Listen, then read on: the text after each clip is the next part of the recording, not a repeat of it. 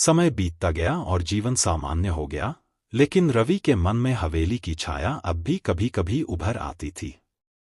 एक दिन रवि की बहन नेहा को एक अजीब सपना आया।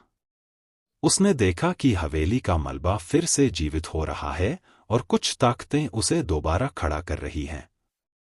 सपने में उसने उसी छाया को देखा जो पहले गायब हो चुकी थी, लेकिन अब वो और भी भयानक और शक्तिशाली लग रही थी। नेहा ने सुबह होते ही यह सपना रवि को बताया। रवि ने इसे सपने में आई सामान्य बात मानकर हंसी में टाल दिया, लेकिन नेहा का दिल कह रहा था कि कुछ गलत होने वाला है। उसने पुजारी से मिलने का फैसला किया, जिन्होंने उनकी पिछली बार मदद की थी। पुजारी ने नेहा की बात ध्यान से सुनी और कहा, तुम्हारे सपने में एक संदेश है।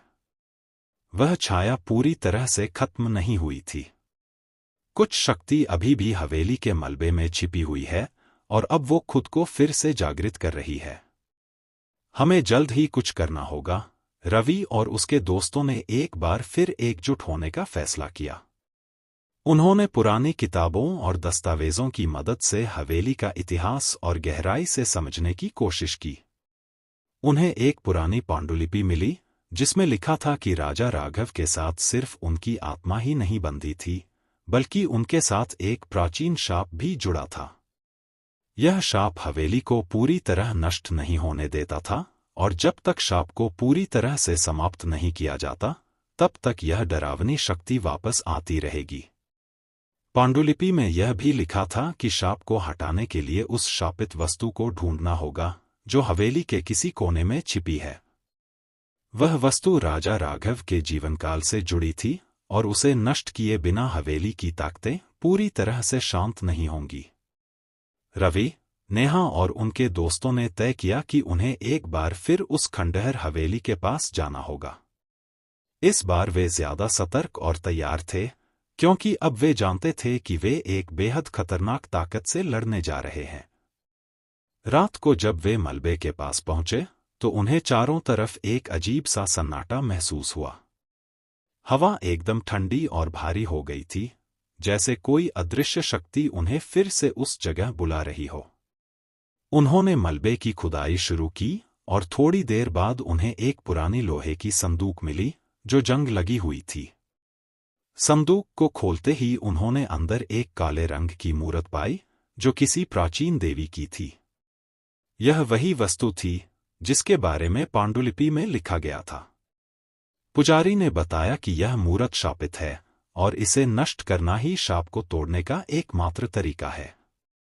जैसे ही उन्होंने मूरत को हाथ में उठाया, अचानक हवेली के मलबे से धूल के बवंडर उठने लगे। पुरानी हवेली की आकृति हवा में बनने लगी, और वही छाया एक बार फिर प्रकट हो गई। इस बार उसकी शक्ति पहले से भी ज्यादा खतरनाक लग रही थी। पुजारी ने अपने मंत्रों का जाप शुरू किया, और रवि ने हिम्मत करके मूरत को तोड़ने का फैसला किया। जैसे ही मूरत जमीन पर गिरकर टुकड़ों में बिखरी, हवेली की छाया एक जोरदार चीख के साथ हवा में गायब हो गई।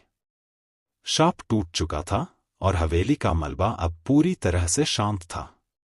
वह अदृश्य शक्ति हमेशा के लिए गायब हो चुकी थी। रवि, नेहा और उनके दोस्तों ने राहत की सांस ली।